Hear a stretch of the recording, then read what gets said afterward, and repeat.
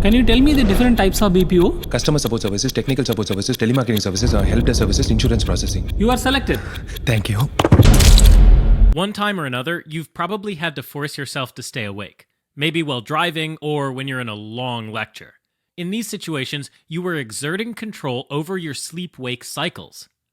Narcolepsy is a disorder in which the ability to regulate sleep-wake cycles is impaired, so the normal boundaries between sleeping and being awake are weak, leading to frequent lapses into sleep and the occurrence of elements of sleep while a person is awake.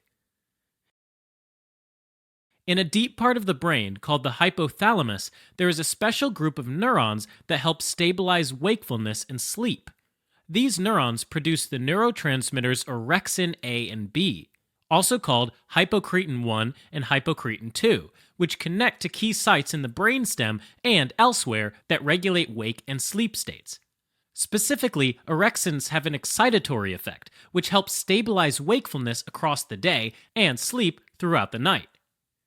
In individuals with the classic form of narcolepsy, an autoimmune process kills off nearly all the orexin-producing neurons during adolescence, resulting in 5 key symptoms: daily sleepiness despite adequate sleep at night, episodes of muscle weakness known as cataplexy, an inability to move at the start or end of sleep, vivid hallucinations at the start or end of sleep, and fragmented sleep.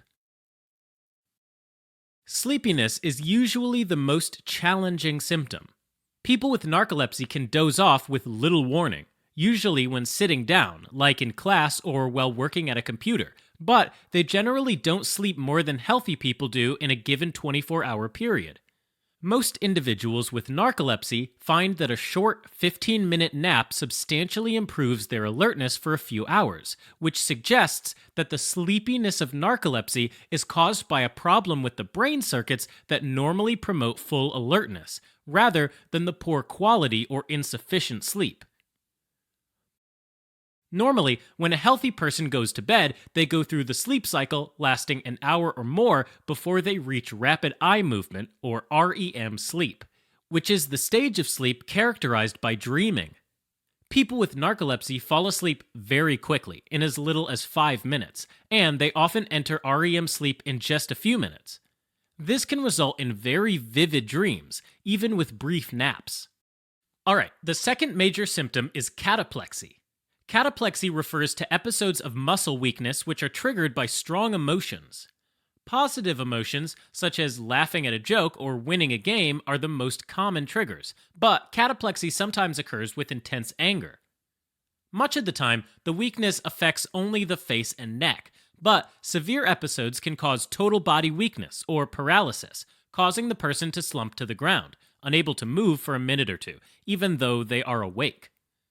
Understandably, this symptom can have a severe impact on the lives of people with narcolepsy, both from a physical perspective, since they could get hurt when they collapse, as well as a psychological perspective.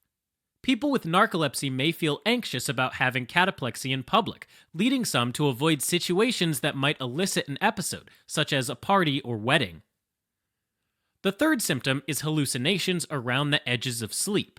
These are vivid, often frightening, visual, tactile, or auditory hallucinations that occur when falling asleep, in which case they're called hypnagogic hallucinations, or upon awakening, which are called hypnopompic hallucinations. Common hallucinations are imagining a threatening stranger or animals in the bedroom. They probably result from a mixture of wakefulness and the dreaming of REM sleep, and the hallucinations can be so realistic they can be hard to distinguish from reality.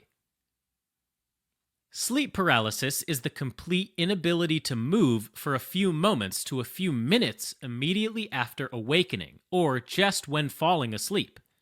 Now, during REM sleep, the brain is very active, but the voluntary muscles of the body are paralyzed, probably to prevent people from acting out their dreams.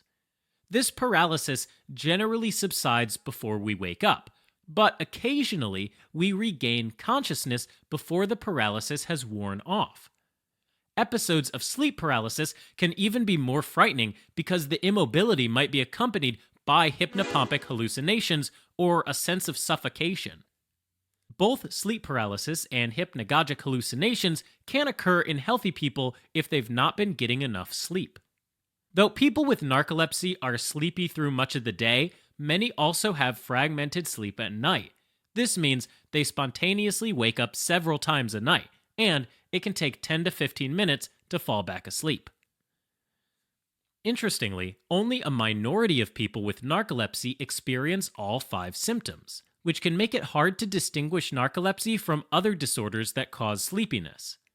Evaluations like polysomnography or a multiple sleep latency test, both of which take physiologic measurements like EEG and ECG tracings while a person is sleeping, are generally used to help diagnose narcolepsy. Treatment-wise, while there is currently no cure for narcolepsy, there are a number of medications, including specific stimulants and antidepressants, that can be used to help manage many of the symptoms. Alright, as a quick recap. Orexins are neurotransmitters that normally maintain stable wakefulness and sleep. In narcolepsy, the orexin-producing neurons are lost, and without orexins, many phenomena normally associated with sleep begin to affect the waking state, causing symptoms like daytime sleepiness, cataplexy, hypnagogic hallucinations, and sleep paralysis.